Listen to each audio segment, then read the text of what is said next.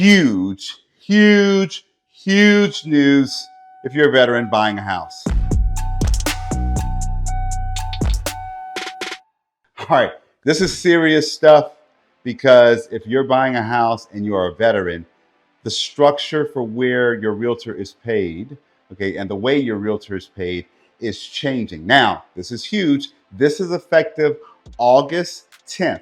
If your contract is executed on or after August 10th, these changes will be in place. If you're a realtor, you need to pay attention to this because knowing this could be the difference between whether you are paid or not paid as a part of a transaction. Okay, so let's talk about some background. Last year, NAR Settlement. If you don't know what that is, look it up, Google it. NAR Settlement says that basically a buyer representation agreement should be in place where the buyer and the seller is clearly outlined what the compensation is for the realtors. If you're a buyer's agent, you must have a buyer's representation agreement in place based on your state rules. Some states say must, some states say should, okay? Based on the state rules, should be in place before that buyer goes into a car with you and starts looking at homes. And you should know what your compensation is going to be. The buyer should know what compensation they're going to pay as a part of that process of buying a home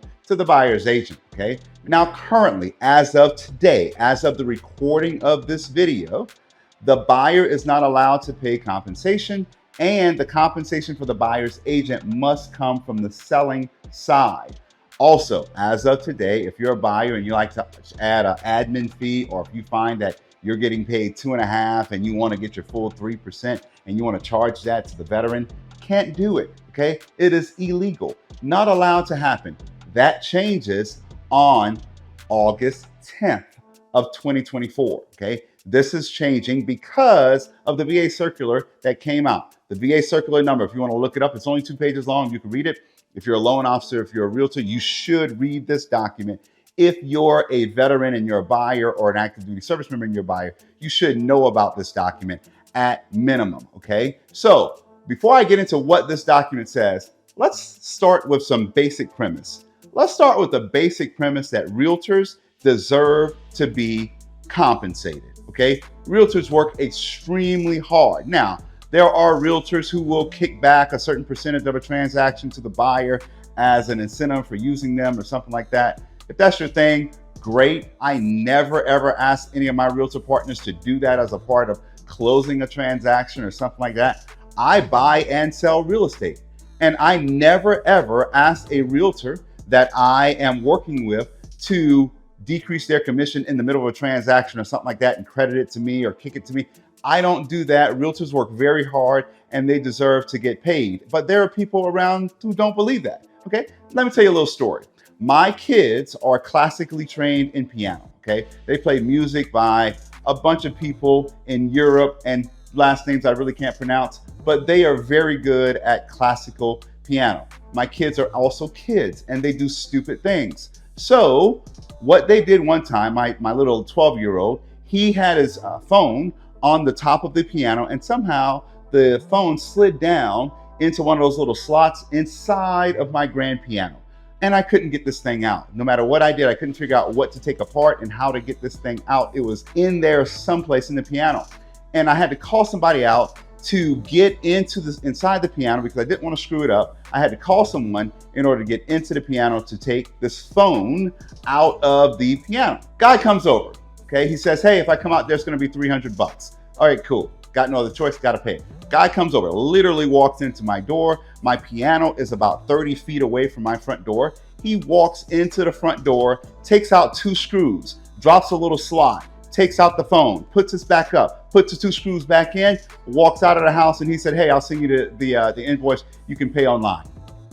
He was out of my house in about a minute and a half, $300. Did I complain about the $300? Absolutely not. He knew by experience something that I did not know. I could have messed up my piano trying to fix this.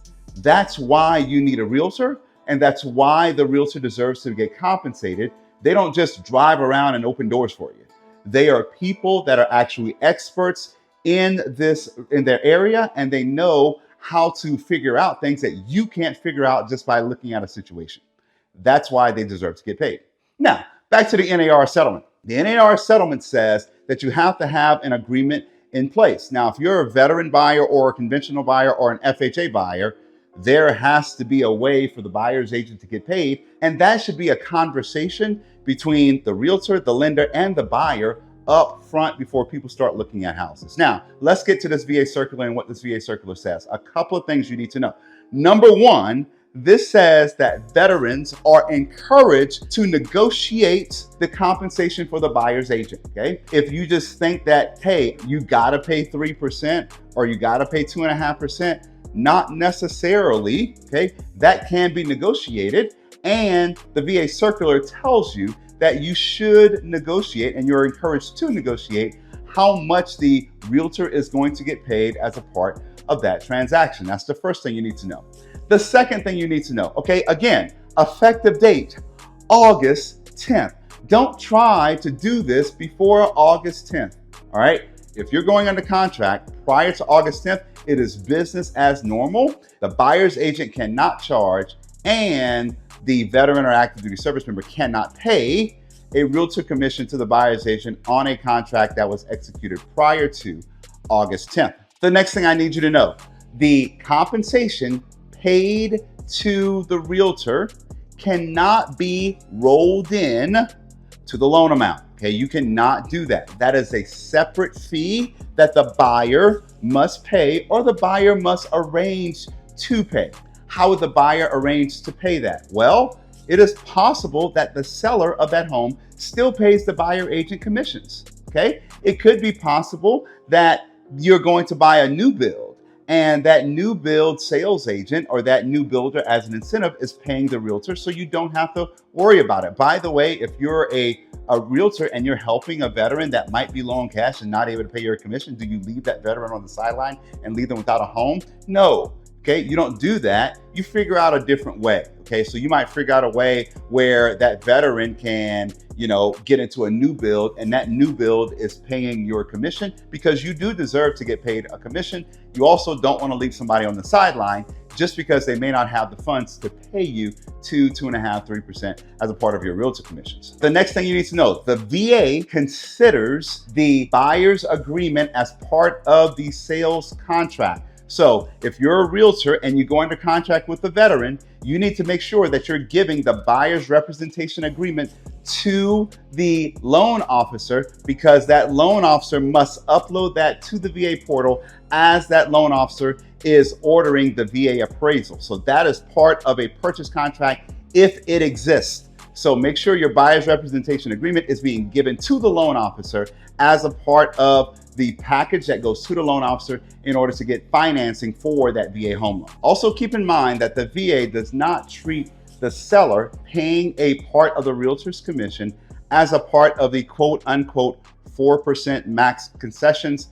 By the way, if you listen to any of my other videos, you find out that there's a way for the buyer to get more than 4%. That is an underwriting overlay. You got to figure out how to structure that. But you can go above 4%, but the seller paying a part of the realtor commissions is not included in the 4%. All right, a note for my loan officers out there, okay? I have told you, if you listen to any of my other videos, you know that the average loan officer does 1 to 2 VA loans per year, okay? So keep in mind, if you have somebody that's doing 1 to 2 VA loans per year, they may not be up to date on these changes with the VA circular, and they may not be prepared to have this conversation with the veteran or active duty service member. So therefore, you have to make sure that you're having this conversation. If you're a loan officer out there and you don't disclose on the loan estimate, on the initial disclosures, you must disclose as a fee the buyer agent commissions. If you do not disclose it on the loan estimate, it is a tolerance cure. And that means that the veteran does not have to pay it because it was a fee that was not disclosed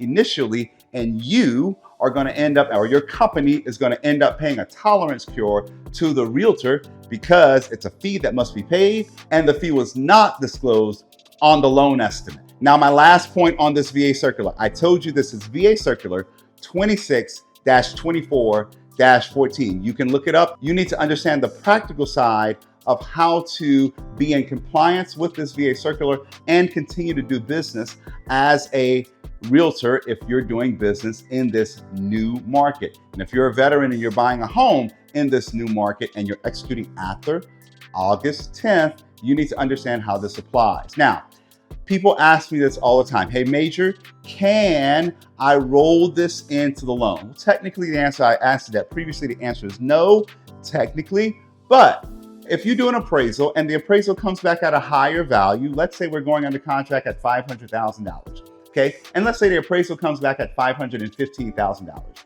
If you and the seller agree, you can amend the contract to raise the purchase price and then give a credit of $15,000 more, okay, back to the buyer as a concession, give it back to the buyer, and then you can use that money to cover your fees. And technically, the realtor commissions is a fee.